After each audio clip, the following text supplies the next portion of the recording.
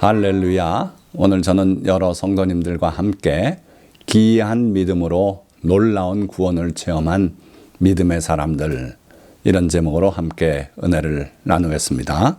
세 단락으로 오늘도 말씀을 증가할 텐데, 첫째는 기본적인 내용을 다룹니다. 믿음의 정의가 무엇인가? 히브리서 11장 그 첫째 절을 보니까 믿음은 바라는 것들의 실상이요 보이지 않는 것들의 증거니.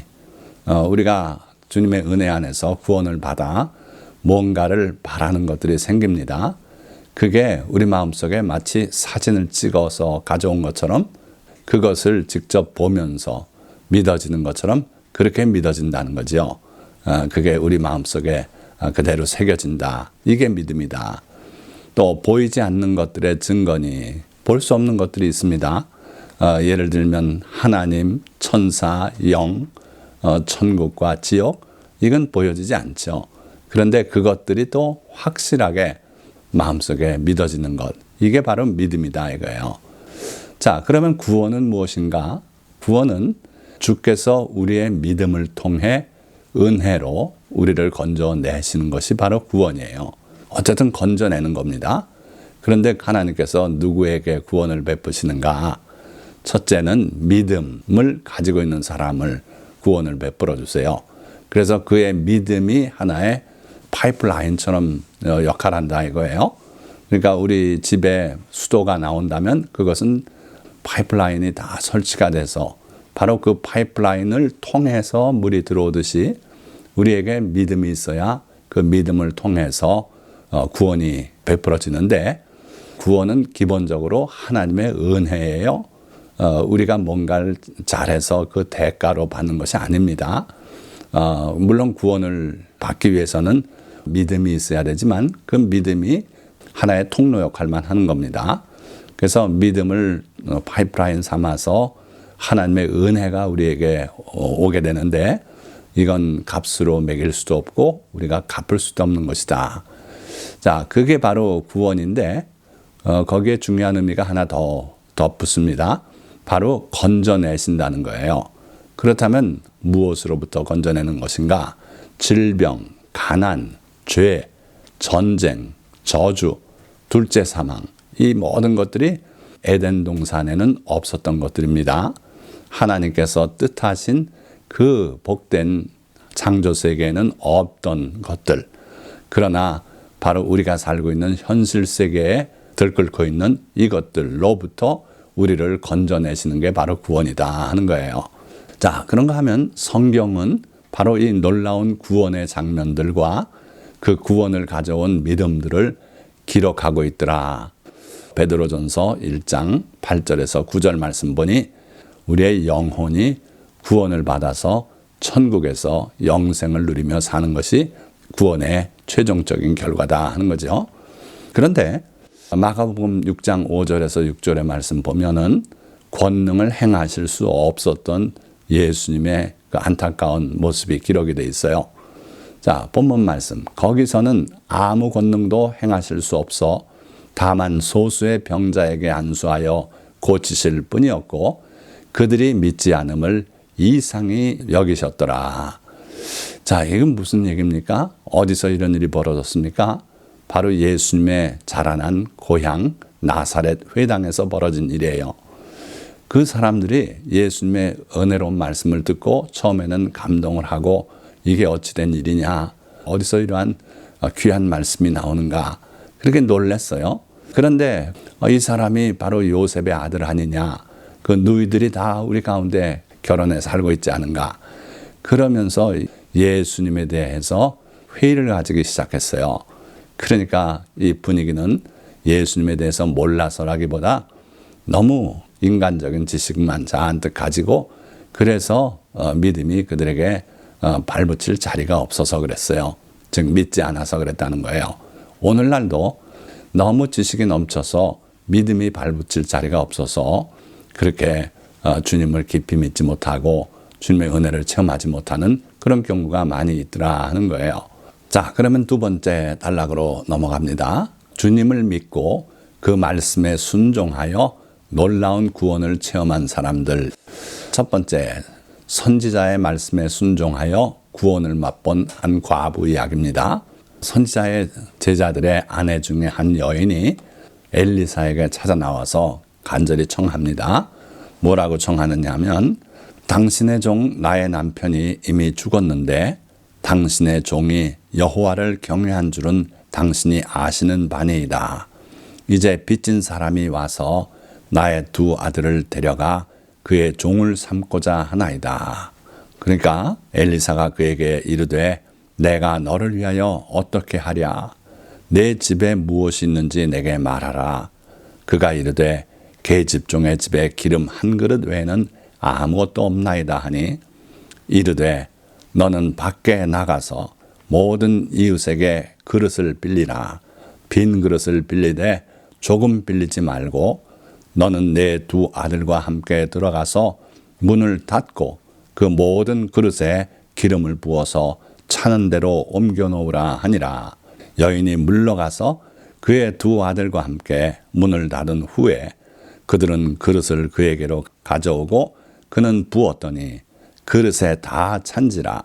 여인이 아들에게 이르되 또 그릇을 내게로 가져오라 하니 아들이 이르되 다른 그릇이 없나이다 하니 기름이 곧 그쳤더라. 그 여인이 하나님의 사람에게 나아가서 말하니 그가 이르되 너는 가서 기름을 팔아 빚을 갚고 남은 것으로 너와 내 두 아들이 생활하라 하였더라. 자, 아주 놀라운 귀한 역사가 여기 기록으로 남아 있어요. 그러니까 이 여인이 첫째는 하나님의 종 엘리사에게 도움을 청하기 위해서 그에게 나아갔다는 거예요. 그러니까 믿음은 행함이 있어야 돼요. 하나님께서 도와주실 수 있는 분이다. 그 모든 내용을 다 알고 있어도 집안에 머물러 있음 이런 기적은 일어날 수 없었을 겁니다. 그런데 엘리사에게 나가서 도움을 청했고 그의 처방을 받아 그의 말씀대로 실천했어요. 그래서 그 여인이 가서 문을 닫고 두 아들과 함께 빈 그릇에 기름을 붓기 시작하니까 계속 기름이 나와서 모든 그릇을 다 채웠다 그런 얘기죠. 그래서 그걸 팔아서 빚을 갚고 나머지는 생활비로 썼다 하는 그런 내용이에요. 이 첫 번째 예에서는 도움을 청하기 위해서 하나님께 나아가고 그리고 하나님의 말씀을 받아서 그대로 실천한, 그러니까 하나님의 말씀을 행함으로써 얻은 그런 구원을 우리에게 보여주고 있죠. 자, 이게 가장 기본적인 예화입니다. 자, 그런가 하면 두 번째 예는 베드로가 체험한 구원이에요. 어느 날 예수님께서 갈릴리 바닷가에 나오셨습니다. 그리고 그의 말씀을 듣기 위해서 많은 군중들이 모여들고, 그래서 예수님께서 보시니까 배가 두 척이 거기 있고 그 어부들이 자기들의 그물을 씻고 있는 중이었어요. 그때 예수님께서 베드로에게 다가오셔서 잠깐 배를 좀 써야겠다. 그래서 배를 빌려서 그 배를 해변에서 조금 띄우기를 청하시고, 그리고 배에서 말씀을 증거하셨어요. 자, 그리고 그 말씀을 마치시고 나서 시몬에게 이르시되 깊은 데로 가서 그물을 내려 고기를 잡으라. 시몬이 대답하여 이르되 선생님, 우리들이 밤이 새도록 수고하였으되 잡은 것이 없지만은 말씀에 의지하여 내가 그물을 내리리이다 하고, 그렇게 하니 고기를 잡은 것이 심이 많아 그물이 찢어지는지라. 그래서 자기 동료들에게 손짓해서 배 두 척에 가득 싣도록 고기를 잡았다 그랬습니다. 자, 그러나 11절에 보니까 그 배를 버려두고 예수님을 따랐다 그랬어요. 자, 어찌됐든 이 말씀도 구원이 어떻게 이루어지는가? 바로 주님의 말씀에 순종하여 행할 때 이루어진다는 걸 잘 보여주고 있죠. 자기들의 경험으로는 이건 도저히 안 되는 일이지만 주님이 말씀하시니까 그 말씀을 믿고 실천해서 놀라운 기적이 벌어졌다는 거예요. 베드로가 그물을 다시 내린다는 것은 사실 쉬운 일이 아니에요. 왜 그런지 아십니까? 갈릴리 바다는 물이 맑아서 그 밑에 고기가 노는 게 다 보인답니다. 그러니까 그물을 밤에 치지 않고 낮에 그물을 던지고 하면은 고기들이 다 재빨리 피해서 안 잡힌대요. 그러니까 갈릴리 바다에서 뼈가 굳어진 베드로가 밤새도록 수고했는데도 못 잡았는데 이제 해가 쨍쨍 비치는 대낮에 그물을 내리라는데 그거 올바른 방법이 아니란 거 알고 있죠. 게다가 지금 그물을 다 씻어서 정리가 끝난 그런 상태입니다. 그 그물을 또 한 번 내리면 또 씻어야 돼요. 그 수고를 왜 합니까? 그러나 베드로는 주님의 말씀에 의지해서 하겠다고 했고 그렇게 했어요. 그랬더니 고기가 잡혔어요. 이것이 가장 일반적인 믿음과 그것에 따른 기적, 구원의 체험이 되지 않겠습니까? 주님의 말씀이 있을 때 실천하면 되는 것. 이게 바로 일반적인 믿음의 원리예요. 그래서 앞에서 소개한 그 선지생도의 미망인이 경험했던 내용도 그렇고 이 내용도 그렇죠. 자, 그런가 하면 또 자기 생각을 버리고 말씀에 온전히 순종하여 구원을 맛본 나하만의 이야기가 있어요. 아람의 큰 용사 나하만 장군이 있었어요. 그 왕에게 총애를 받던 그런 장군인데 유감스럽게도 그에게 나병이 있었어요. 그 집안에 일을 하는 이스라엘에서 잡아온 계집종 하나가 그 사실을 알고 그 사모에게 그런 말을 합니다. 우리 주인님이 사마리아에 엘리사 선지자 앞에 갔으면 좋겠습니다. 그가 고쳐주실 것입니다. 그래가지고 결국은 나하만 장군이 왕에게 부탁을 하고 그 아람 왕이 친서를 써주고 해서 이스라엘 왕 앞에 도달합니다. 그러면서 예물을 드리고 이 사람의 나병을 좀 고쳐주십시오. 그런 서신을 전달하고 그랬더니 이스라엘 왕은 옷을 찢고 내가 하나님이냐 어찌 나병을 고치냐 이거 분명히 전쟁하자는 속셈 아니냐 이런데 그 소식을 엘리사 선지자가 듣고 그 사람을 저에게 보내주십시오. 이스라엘의 선지자 있음을 보여주겠습니다. 그래가지고 이 나하만 장군을 엘리사의 집으로 보냈어요. 그래가지고 문 앞에 당도했을 때 엘리사가 사자를 그에게 보내 이르되 너는 가서 요단강에 몸을 7번 씻으라. 네 살이 회복되어 깨끗하리라 하는지라. 만약에 몸을 7번 씻으라 이 말씀으로 그쳤다면 정말 실천하기 어려울 거예요. 그런데 그 뒤에 은혜롭게도 약속이 붙어 있었어요. 네 살이 회복되어 깨끗하리라. 자, 얼마나 복된 말씀 아닙니까? 그런데 이 하나님의 종 엘리사의 메시지에 대해서 나만이 노하여 물러가며 이르되 분노했어요. 분노할 이유가 뭐가 있습니까? 여러분들 그렇지 않아요? 요단강에 가서 7번 씻으면 나을 것이다. 그랬으면 아이고 감사합니다.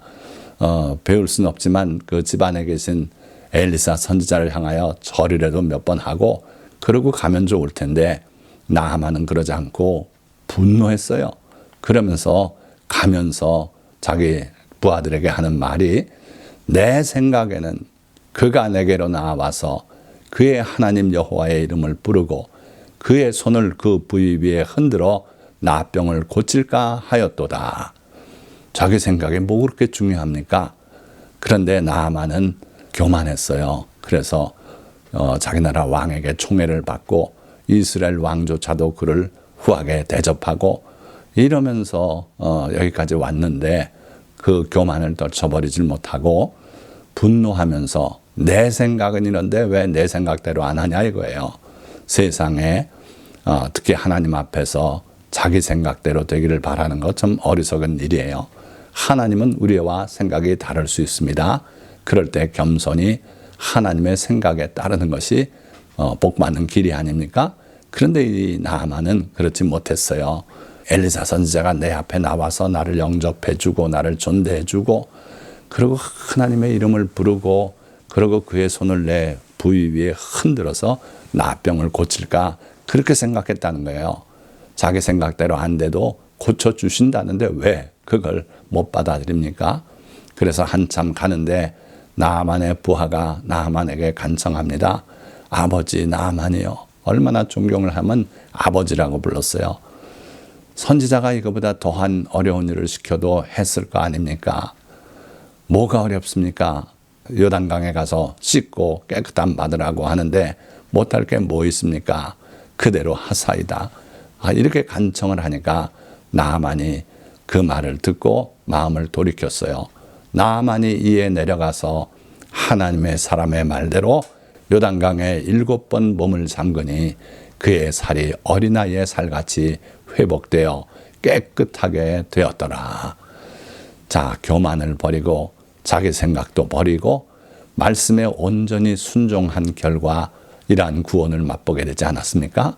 아까 서두에 말씀드렸지만 질병이 낫는 것도 구원이에요. 가난에서 벗어나도 구원이고요. 그래서 이 나아만 장군은 자기 생각을 버리고 교만도 버리고 하나님의 말씀에 온전히 순종할 때 이러한 구원을 맛보게 되었죠. 자, 지금 소개드린 이 믿음들 3가지, 이게 어떻게 보면 우리가 안주하려는 일반적인 믿음 아닙니까? 합리적이고 이성적이고 누가 봐도 인정해 줄 만한 그런 믿음이에요. 그러니까 하나님의 말씀을 받아서 그 말씀대로 실천하니까 구원이 임했다, 그런 거죠. 물론 그렇습니다. 그러나 이러한 믿음 말고 오늘 우리가 살펴보려고 하는 핵심적인 내용은 바로 이거예요. 3번째 단락. 자, 자신들의 고유한 생각을 끝까지 지켜 구원을 맛본 기이한 믿음의 사람들 4분을 소개해 드립니다. 자, 이 믿음은요, 어떻게 보면 신학적으로 타당한가 의심이 가는 그러한 믿음들이에요. 그럼에도 불구하고 주님이 그 믿음을 인정하시고 칭찬까지 하는 그런 믿음들입니다. 자, 그 중에 첫째, 자기 생각대로 예수님의 옷에 손을 대어 구원을 맛본 한 여인의 믿음이지요. 자, 마가복음 5장에 기록된 내용을 보니까 12해를 혈루증으로 앓아온 한 여자가 있어 많은 의사에게 많은 괴로움을 받았고 가진 것도 다 허비하였으되 아무 효험이 없고 도리어 더 중하여졌던 차에 예수의 소문을 듣고 무리 가운데 끼어 뒤로 와서 그의 옷에 손을 대니 이는 내가 그의 옷에만 손을 대어도 구원을 받으리라 생각함일러라. 이에 그의 혈루 근원이 곧 마름에 병이 나은 줄을 몸에 깨달으니라. 자, 이야기는 거기서 끝나지 않고 길 가던 예수님께서 멈추시고 돌아보시면서 누가 내 옷에 손을 대었느냐 하고 그 주인공을 찾으시는 거예요. 그때 여인이 숨길 수가 없는 줄 알고 주님께 나와서 고백합니다. 그때 예수님께서 그 여인의 고백을 들으시고 칭찬을 하시는 거예요. 딸아, 내 믿음이 너를 구원하였으니 평안히 가라. 병에서 놓여 건강할지로다. 참으로 귀한 축복의 말씀까지 주셨어요. 자, 이 여인의 믿음 다시 잘 보시면은 12해를 혈루증으로 알아왔는데 인간의 수단으로 다 해봤지만 차도가 없었어요. 더 악화되었다 그랬어요. 그때 예수님의 소문을 듣고 아주 기이한 생각을 합니다. 그의 옷에만 손을 대어도 구원을 받으리라. 참 기이한 생각을 했고요. 전례가 없는 믿음이에요. 전례가 없어요. 그런데 이 여인은 이러한 기이한 생각, 신기한 생각을 했고 그 자기의 속 생각을 믿음이라고 주님은 불러주셨는데 그거를 그대로 실천을 했어요. 그거까지 쉽지 않았어요. 많은 무리가 주님을 에워싸고 밀고 가고 있는데 다가갈 수가 없어요. 어지러워요. 12년을 출혈을 해왔기 때문에 참으로 힘든 길이었어요. 그러나 그 여인이 끝내 포기하지 않고 주님을 향하여 다가가서 손을 그 옷가에 댐으로써 구원을 받았어요. 바로 이러한 믿음, 자기 생각대로의 믿음이지만 결국은 주님을 향한 믿음이었어요. 그리고 그 믿음을 그대로 버리지 않고 끝끝내 실천했기 때문에 이러한 구원을 체험하게 되었죠. 두 번째, 가서 고쳐주시겠다는 주님께 말씀으로만 하시기를 청한 한 백부장의 믿음이에요. 잘 아시는 내용이죠. 마태복음 8장 5절부터 보니까 예수께서 가버나움에 들어가시니 한 백부장이 나와 간구하여 이르되 주여 내 하인이 중풍병으로 집에 누워 몹시 괴로워하나이다. 이르시되 내가 가서 고쳐주리라. 얼마나 귀한 응답 아닙니까? 그런데 이 사람은 로마 백부장입니다. 로마인입니다. 이방인이에요. 예수님께서 이스라엘의 잃어버린 양외에는 보내심을 받지 않았다고 그렇게 말씀하시는 주님이 내가 가서 고쳐주리라. 놀라운 답변 아니에요? 이방인의 집에 들어가시겠다는 거예요. 그래서 고쳐주시겠다는 거예요. 그런 귀한 응답을 받은 이 백부장이 그 다음에 이런 말을 해요.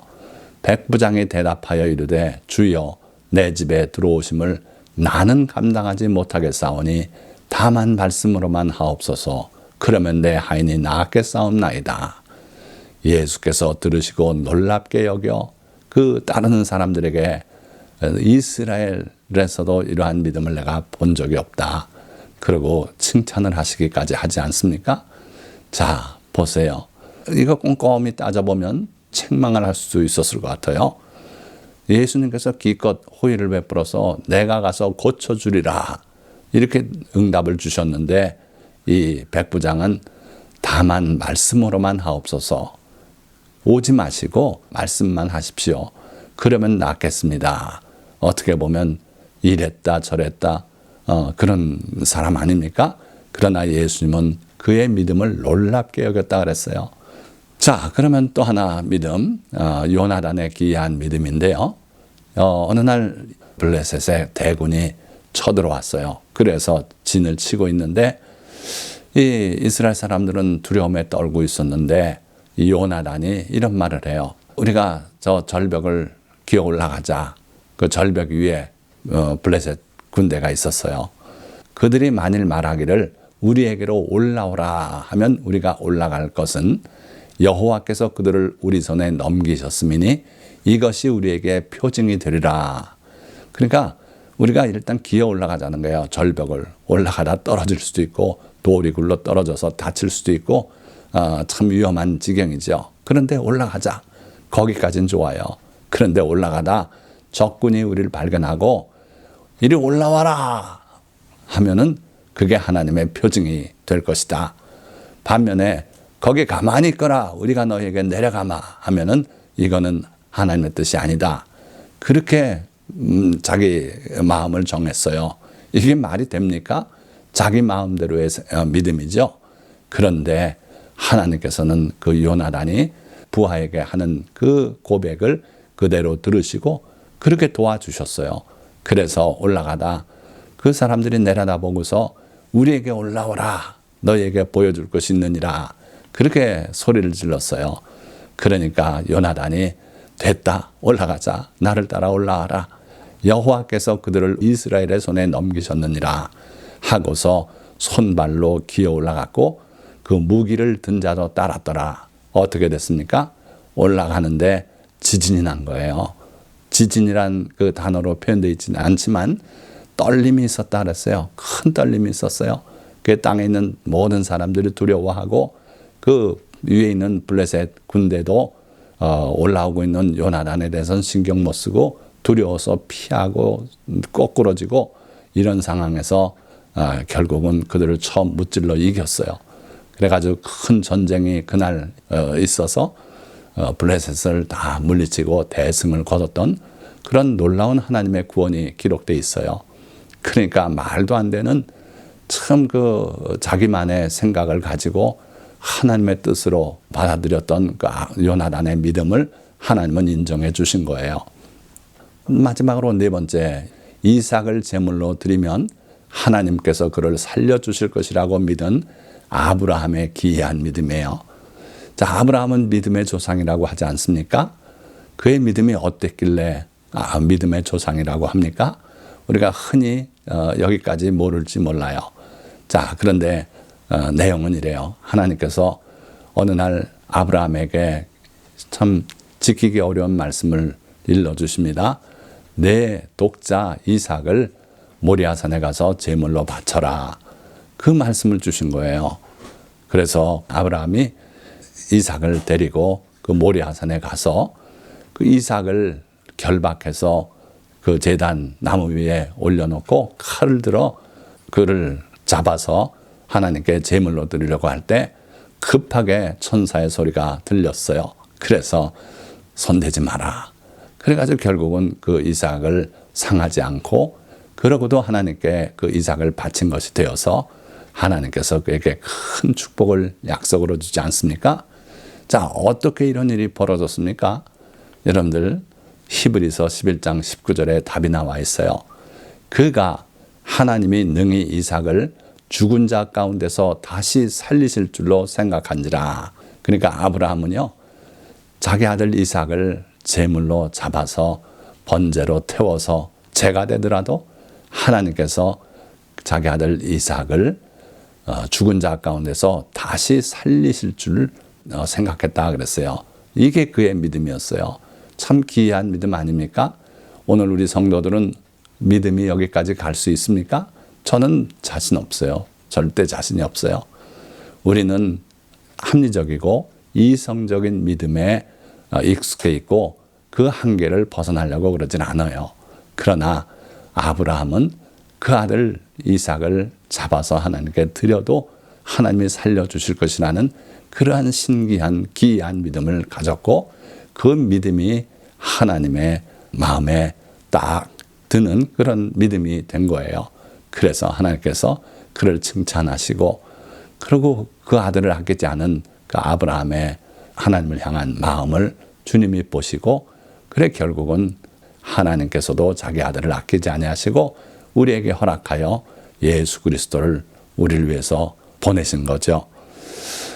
자, 오늘 이렇게 믿음과 구원의 관계를 살펴봤고 그리고 일반적인 믿음 예를 소개해드렸고 그리고 기이한 믿음을 소개해드렸어요. 자, 말씀을 맺겠습니다. 믿음은 바라는 것들의 실상이요 보지 못하는 것들에 대한 증거이며 성경은 놀라운 구원을 가져온 귀한 믿음의 이야기를 담고 있는 하나님의 책입니다. 우리는 논리적이며 남들의 지지를 받을 수 있는 믿음에 안주하기 쉽지만 성경에 기록된 믿음 중에는 터무니없어 보이고 신학적으로 타당해 보이지 않는 기이한 것들도 있으며 이러한 믿음들도 놀라운 구원을 가져왔고 주님은 오히려 이러한 믿음의 사람들을 칭찬하시고 축복하셨습니다. 이삭을 제물로 드리면 하나님께서 그를 살려주실 것이라 믿었던 아브라함의 기이한 믿음, 적군이 하는 말을 하나님의 사인으로 받아들이고 싸워서 전쟁에 승리한 요나단의 믿음, 예수님의 옷에 손만 대어도 자기 병이 나을 것이라 생각하고 손을 대어 병나음을 받고 예수님께 축복까지 받은 혈루증 여인의 믿음, 주님께 말씀으로만 하시라는 백부장의 믿음 등이 그 예입니다. 주님은 이처럼 넓고 깊은 믿음의 세계로 우리를 초청하고 계십니다. 올해부터는 우리도 이 놀라운 믿음의 세계로 나아가 보지 않으시렵니까? 오늘 이 설교 말씀을 청취한 모든 성도님들 참으로 이와 같은 귀한 믿음의 성도가 되어서 주님을 기쁘시게 하고 올해도 승리로 나아가는 성도님들 다 되시기를 예수 그리스도의 이름으로 축원합니다. 기도하겠습니다.